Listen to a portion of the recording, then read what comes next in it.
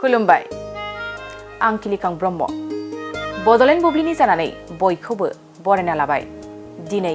12 March 2024 नोंथांमोननो Bodoland बुब्लिया दिनैनि साना मानि थाखाय मिथिजायो एबा दिनैनि सानाव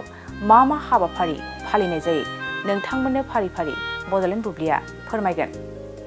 दिनैनि सानखौ मौरिटियास डे महरै फालिनाय जायो 1968 मायथाइनि 12 मार्चआ मोनसे जारिमिनारि सान जेराव हादरा जौथाइ बोसोरनिफ्राय मोनसे मेंनो रोङै जुजिनायनि उनाव उदां जादोंमोन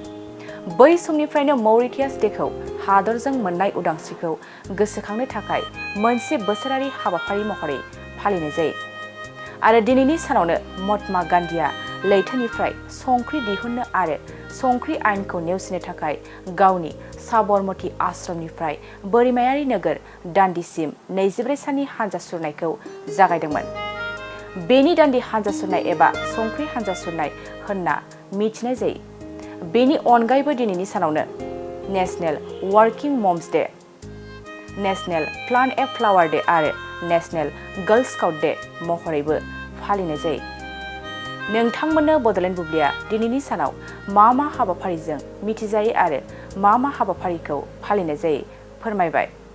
गोजोन्थों साख्रि नागिरग्रा सुबुंफोरनि थाखाय गोजोनथाव खौरां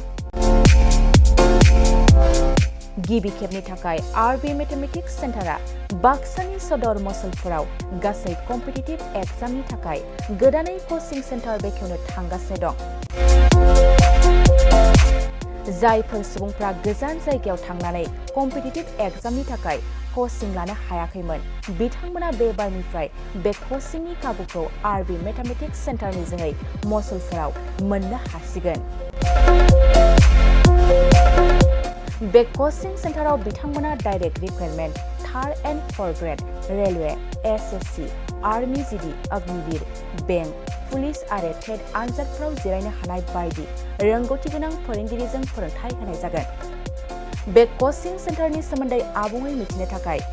9101 450 597 6900 5847 14 आरो 9365 1322 जानबुं अनजिमायाव खौरां लानो हागोन